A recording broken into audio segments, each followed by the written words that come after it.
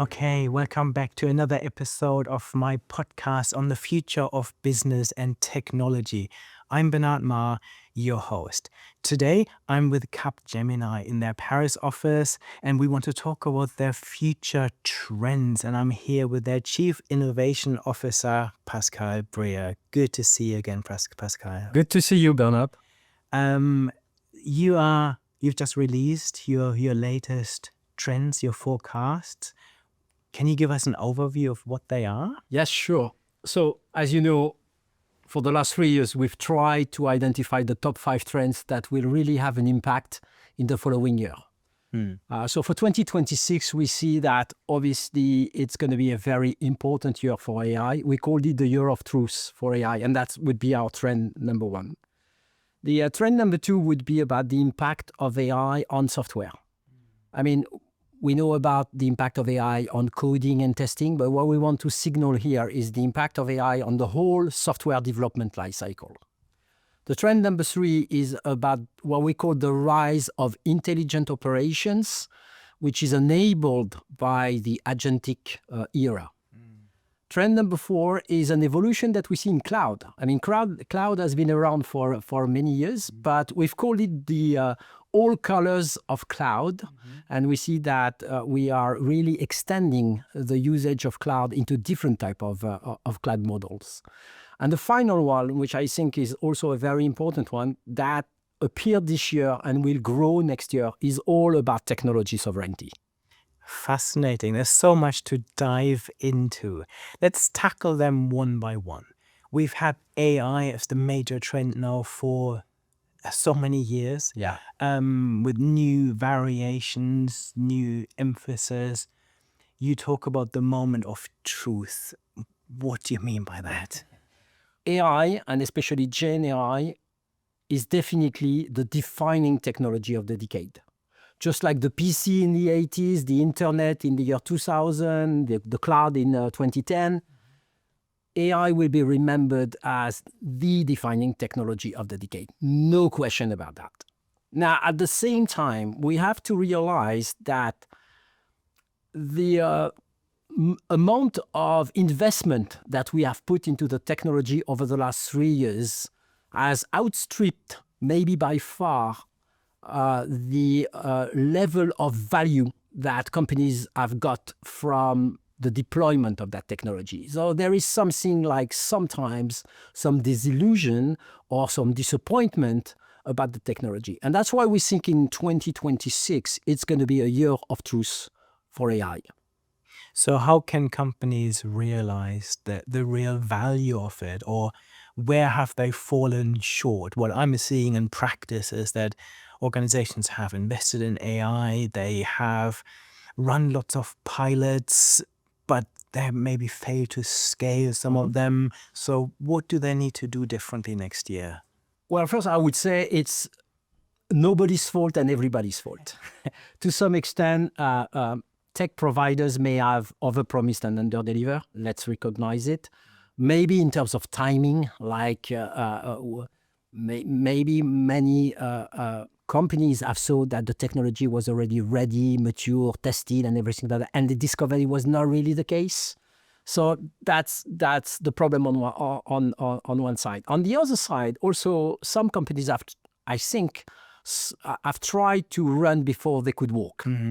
And everybody rushed onto AI either by fear of missing out or because there was this real promise of what you could get through AI, which is absolutely true.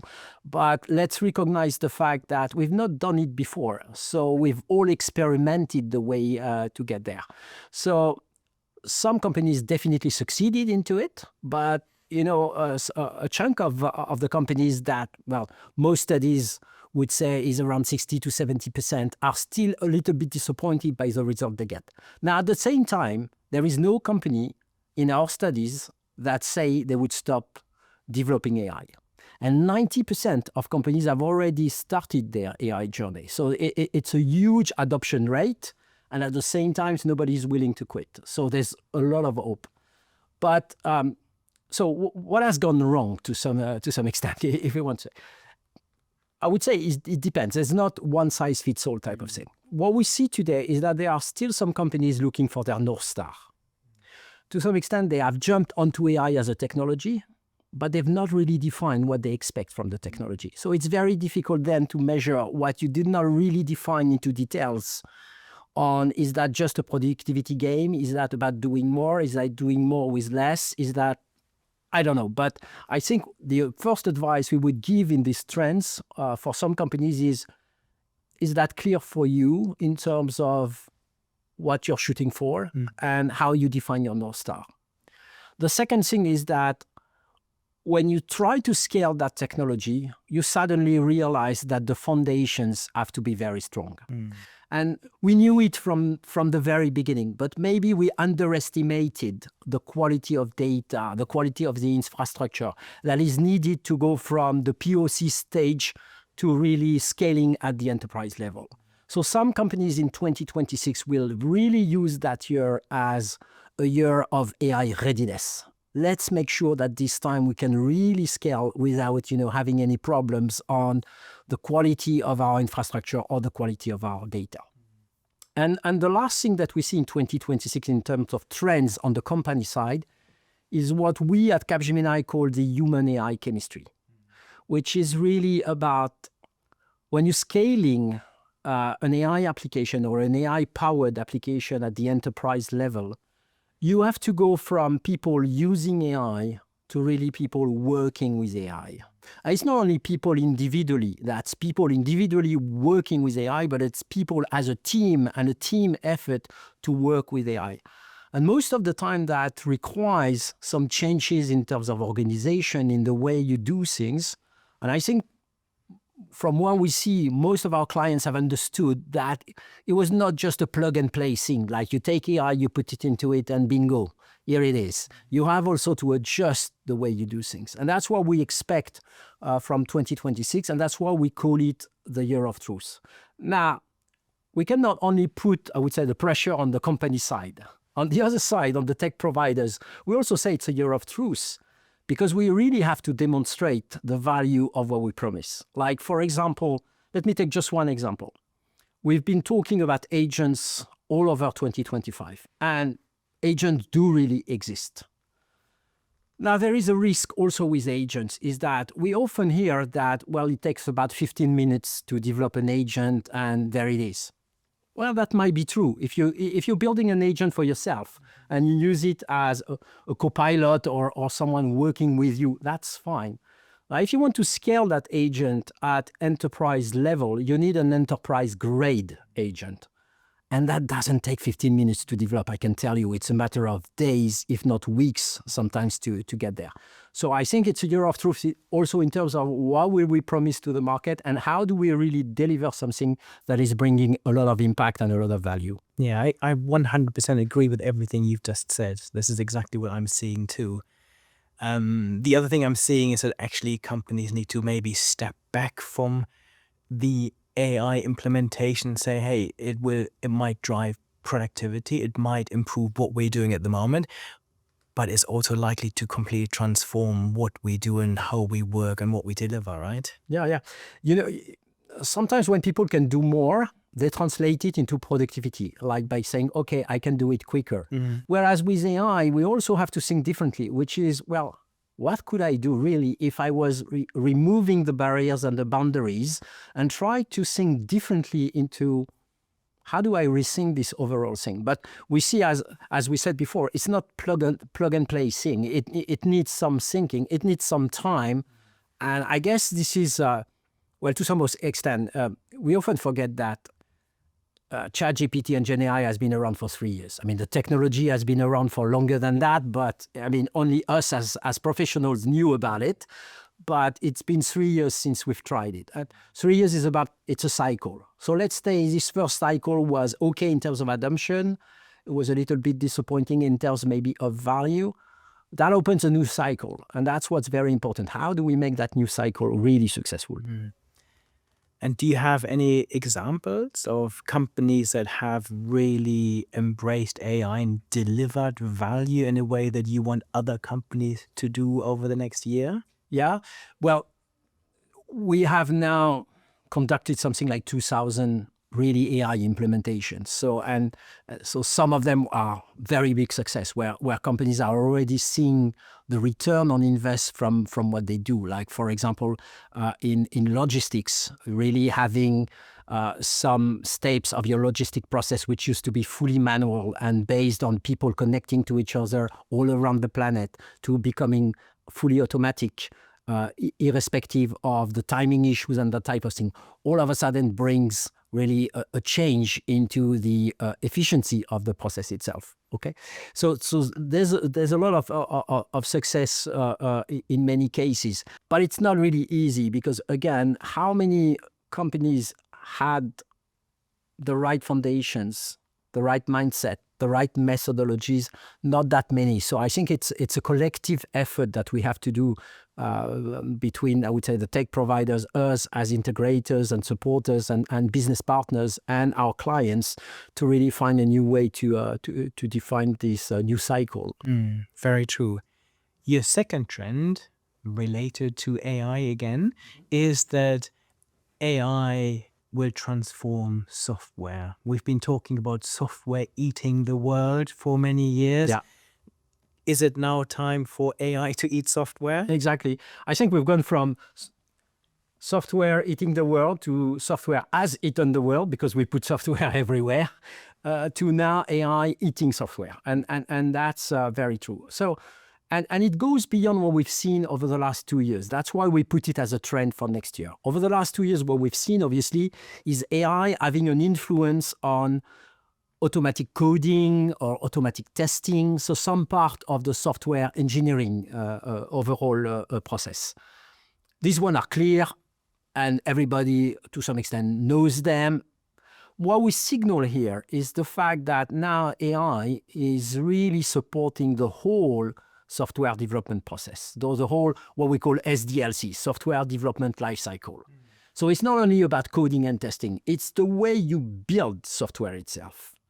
And what we see for the future is that the way we build software will radically change, mainly due to the agentic type of process.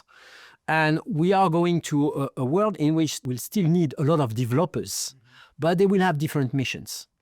Developers will define the intent, and the software will build it. Developers will define the outcomes that they want to get, and the software will develop them and maintain them.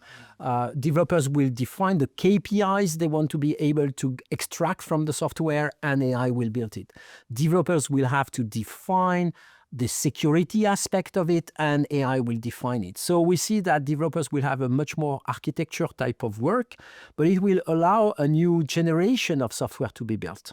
So what we signal here is that if we project ourselves, obviously not next year, but within 3 to 5 years, what it means is that this is the starting of a new rebuild era of software, which will touch many, many aspects of software engineering. So I would say rebuild on one side.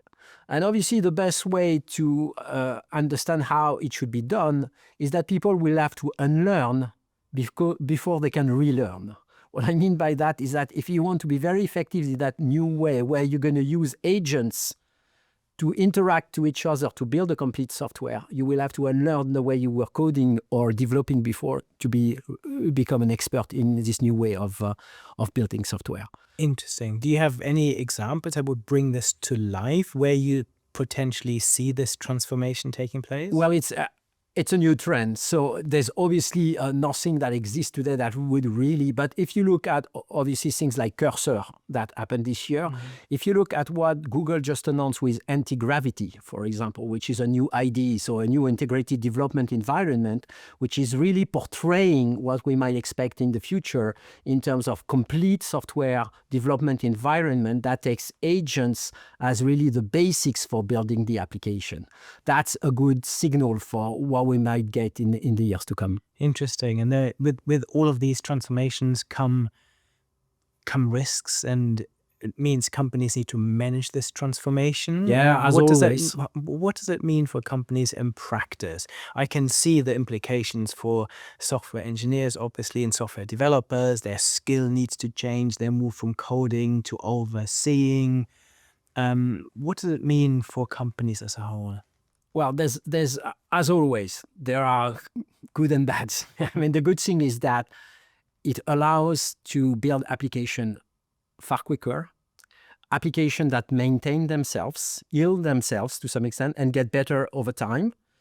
So in terms of application modernization, for example, that's a possibility for many companies to revisit their stock of older application and really use in the future that new methodologies for building quicker this application in a modern type of thing. The risk associated to that is what I would call the spaghetti effect, which is like, again, we will introduce a new methodology. We will have to manage a technical debt to some extent. So how do you manage the past while you are busy developing the future? That I would not overpromise and underdeliver at the same time. That's going to require a little bit of process management to some extent on how you do this. And companies will have to obviously avoid that thing where, you do everything at the same time, but you don't really understand who's where and what's where and when, that's, so it's going to require some methodology to transform. Mm-hmm. But again, the exercise we're doing is we send signal for the future. So there is no sense of emergency, nothing bad will happen within 6 months. We're just signaling for companies that everything that they will see happening around integrated development environment is very interesting, and it's not linear. It is changing the way we're going to build software in the future. And then your third trend is about operations and making them truly intelligent. We've seen agents and automation for the last 12 months as a big focus. What will change in 2026? What do you see going ahead that organizations can see they can do differently, or what they need to focus on? Well, the impact that agents are having on software, they will have the same impact on processes. Mm-hmm. You can redefine your processes through a series of sub-processes that would decompose into macro tasks, that would decompose themselves into mini tasks, that would decompose themselves into agents talking to each other. So like if you take a normal process, like let's say quote to cash, very classical one, you would say it's one process. That process is around 10 sub-processes. Those 10 sub-processes would then differentiate into something like 40 macro tasks that would differentiate into something like 60 mini tasks that would be allowed by something like 150 agents working together with humans. So that's a new way to rethink the process and re-architecture it. That's one thing. The other thing is that if you look at what happened over the last 30 years, most of the time, many processes have been embedded into the application themselves, like enterprise management, like CRM. To some extent, the process is inside the tool. So it's difficult for companies to update the process, or to change it, or to tailor it to their own needs, because to some extent, it's very dependent from the application itself. So what this new era will allow is really to put the process at the center, work at the process, and then adjust it using agents to exactly the way you want. So that's a new way to rethink. It's going to take some time. It's going to add some elements of complexity, but at the same time, it will allow very intelligent operations, because for each step of that process, then you can decide, can it be fully automated through an agent or something?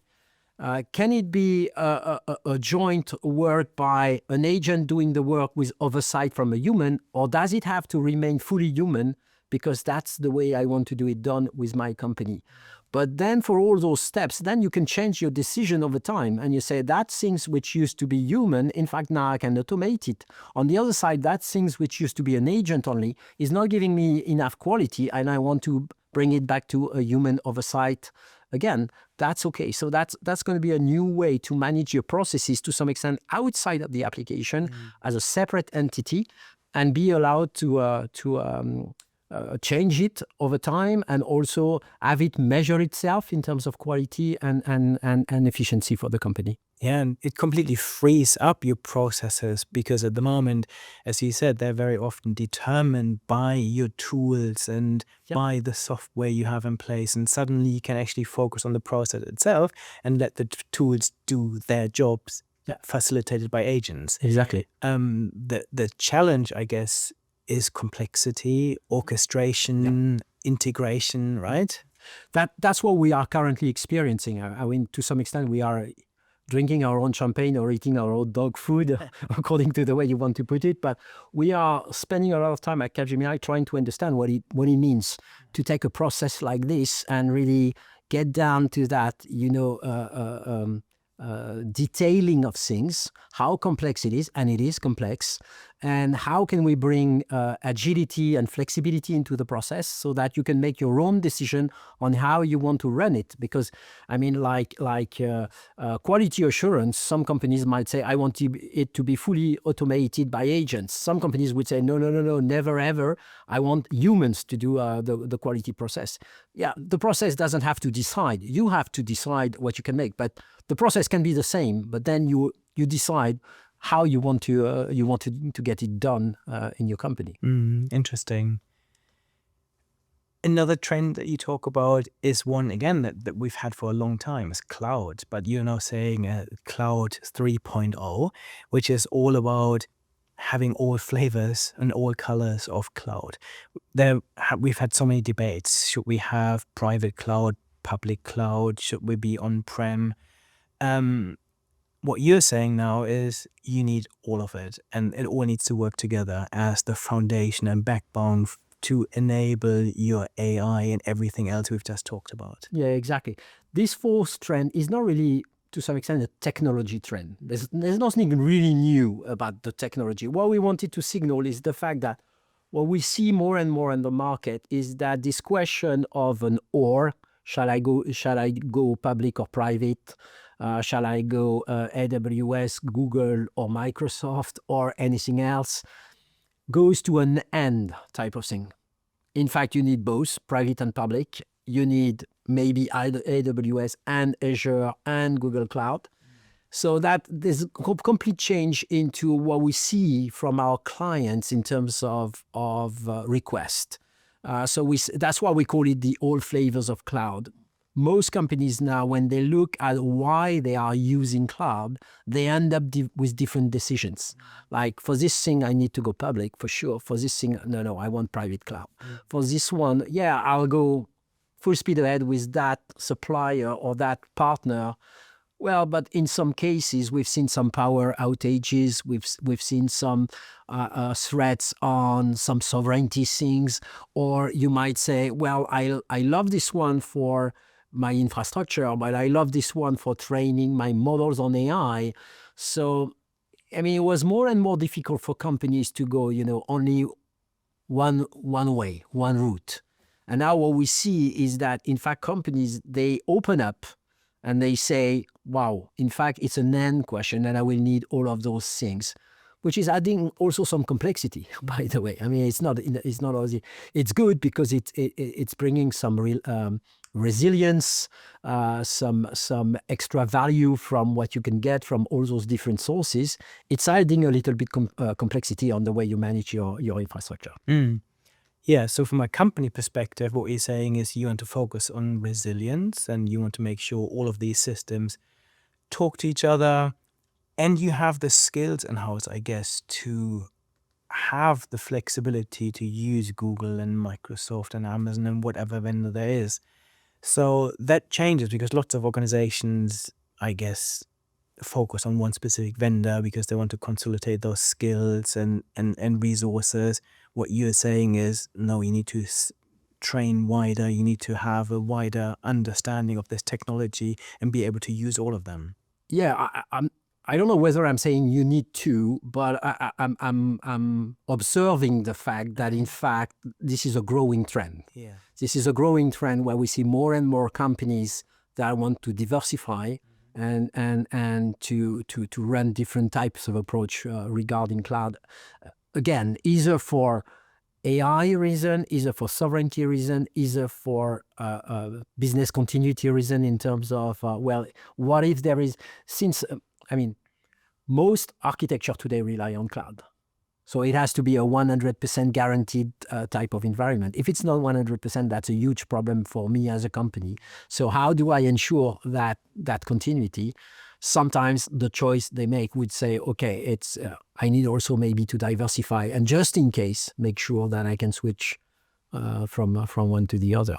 And if you're picking this up as a trend, I think it's an important message for vendors as well, right? Yeah, They sure. need to make sure that they... Yeah, and well, they've already seen that. You've got a lot of tools already existing that will allow you either to migrate from one environment to the other or to coexist into the single thing. But I guess we're going to see a lot more pressure coming from the client side, really, to make sure that their partners are bringing everything it takes for them to be able to manage this overall thing. It also gives some responsibility to companies like us, because that's also our responsibility to help our clients really make sure that they can benefit from the value of all those environments in a single type of architecture. And do you have any examples across your clients of companies that have done this really well, that manage this new way of working across lots of different clouds? To be honest, not yet, except for, for example, companies that have clearly decided on the classification of data, how they wanted to manage it between public and private. That's areas where we have a lot of clients that have already done the job, and they know exactly which data for which type of strategy, which cloud architecture, and how do I manage it. So that part is already very well managed by some companies. What we see now is, with the impact of AI, and there is a new question being open on how will we manage the scaling of AI. Will it be on the classical architecture that we are having so far, or does it require specific architecture for it? And that's a moment where maybe we could kill two birds with one stone and say we will, to some extent, remediate some of our environment and maybe open to a second vendor. That's well, in fact, for us, in 2026, many companies will have that question. Interesting. And actually, your fifth trend is very closely related to it. You touched on data storage. You mentioned the word sovereignty. I think lots of companies are now worried about, especially with new regulation coming in, that their data is stored in a specific country, in a specific region, that the data is processed in that region. Vendors are now creating solutions that offer sovereignty for technology, but you see a paradox there in this global world of tech. Yeah, there's obviously a paradox, which is that when you look at it, we are fully interdependent. I mean, it's from the application, the AI, the infrastructure, the semiconductor, even the energy that propels all of things. This is very complex to be fully autonomous on each of those levels. So we don't really believe in full autonomy or full sovereignty. So, and I understand this question for nations as a geopolitical level to some extent. It's a very fair and very valid question. And by the way, it's very interesting to see that it exists everywhere. This question is true in the US, it's true in China, it's true in Europe as well. I mean, everybody in the world, everybody has this question of sovereignty, and that's fair. For us at Capgemini and for our clients, we have to translate this question and not focus on the what, sovereignty, but on the why. Why do we need to be sovereign? And when you dig into it, you find, in fact, that behind sovereignty, the key question that is raised is risk mitigation on one side and business continuity on the other side. So the thing that we say in that trend is that 2026 will be full of speech around sovereignty. But we would advise our client to focus on the why. Why do we need some sovereignty? Risk mitigation and business continuity. And rather than asking the question, how do we achieve sovereignty, which to some extent is very difficult to answer, we should ask the question, how do we really ensure risk mitigation and business continuity? And focus on those ones. And there we'll see that you don't need to be sovereign on all stacks. Sometimes it's just about building a plan B, having an alternative, choosing where you want to matter and you want to focus your efforts. So that's this fifth trend, if I may say, is for us much more a recognition of the fact that it's a very important subject. At the same time that we think that from a pure technology point of view, except maybe for a few companies, having a full autonomy on everything is very, very difficult to get to. So please focus on the why you need that sovereignty, which for us reads risk mitigation, business continuity, and there we have you can find solutions. So I really like that. Yeah. I think it's a nice way of looking at it, because you acknowledge that you can't actually ever achieve complete sovereignty. So how do you deal with it? So how do organizations go about this? How can they start this process of understanding the risks and understanding business continuity objectives and so on? You know, companies, they know very well how to do risk assessment. So that's exact same process. When in fact, it's just focusing on your overall IT or OT environment and say, where do we see really a risk that needs to be mitigated? Okay. Identify a few areas. And what are the solutions for that? Which might not be 100% perfect. I mean, if the solution to it is to say we need to have a second vendor, that's fine. It will not make yourself sovereign, because I guess that vendor will use chips coming from, I don't know, the US or China or somewhere else. So not everything will be perfect, but at least you've solved part of the problem. So rather than, I mean, if I want to translate it, I would say the most important thing is not the destination. This is the journey. Otherwise, I'm afraid that we will never do any progress. We look at it as it's so far away. It's so complex. It takes so much that what's the point? I mean, we'll never get there. Whereas, I mean, taking it step by step and trying to really solve something like risk mitigation, I think we'll get somewhere. Yeah, for me, it's exciting to look across all of those 5 trends. They clearly paint a picture of transformation, of change. You are someone that leads the internal innovation function in Capgemini, so you understand what is happening. You're looking at research and some of the leading technologies, but you also work with clients and you work with executive teams, helping them understand all of this. And you work with startups to understand what is in development. So you're in a great position to maybe reassure CEOs and leaders to say, don't panic. If you talk to leaders, what advice would you give them? How can they get ready for some of these trends? And how can they transition their organization, or at least put it in the right direction to be able to leverage and use all of these amazing technologies? The thing which is the most important is, one, to recognize that everybody's facing the same challenge. And two, that what's very important is to first being able to recognize I would say the timing effect of it. Not all those technologies will matter next year. And that's why we're building that exercise. You know, we could be talking about quantum. We could be talking about bioengineering. There are amazing things, amazing progress being done in quantum and bioengineering and many other things. Yes, but we didn't see any inflection point next year. So I think what's very important is, one, understand that there are many technologies.